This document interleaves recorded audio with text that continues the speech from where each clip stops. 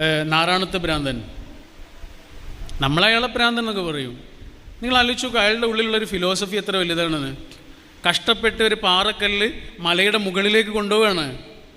അത് മുകളിലെത്തിയതിനു ശേഷം താഴേക്ക് ഉതിർന്ന് വരുന്നത് കണ്ട് പൊട്ടിച്ചിരിക്കുന്നൊരു മനുഷ്യൻ. അത്രയേറെ കഷ്ടപ്പെട്ടുണ്ടാക്കിയത് നഷ്ടപ്പെടുന്നത് കാണുമ്പോഴേ അയാൾ ചിരിക്കുകയാണ്. നമുക്കൊരു ചെറിയ നഷ്ടത്തിൽ പോലും ഒന്ന് ചിരിക്കാൻ കഴിയുമോ? കഴിയില്ല. എന്നിട്ട് നമ്മൾ അയാളെ വിളിച്ചത് ഭ്രാന്തൻ എന്നാണ്. നഷ്ടങ്ങളിലും ഒരാൾക്ക് ഇങ്ങനെ പതറാതെ നിൽക്കാനും കഴിയുക എന്നതാണ് നാരായണത്ത് ഭ്രാന്തൻ പഠിപ്പിച്ചു തന്ന പാഠം. ചിരിക്കൊന്നും വേണ്ട, പക്ഷെ പതറാതിരിക്കുന്നതിൻ്റെ പേരാണത്. അപ്പോഴാണ് ഒരാൾക്ക് അവനവൻ്റെ ഈ ദിവസത്തെ ഇങ്ങനെ ആഘോഷിക്കാൻ പറ്റുക. ഈ നിമിഷത്തെ ഡൈ എം ടി എന്ന് പറഞ്ഞൊരു പുസ്തകമുണ്ട്, ഗംഭീരമായിട്ടുള്ളൊരു പുസ്തകമാണ്. ആ പുസ്തകം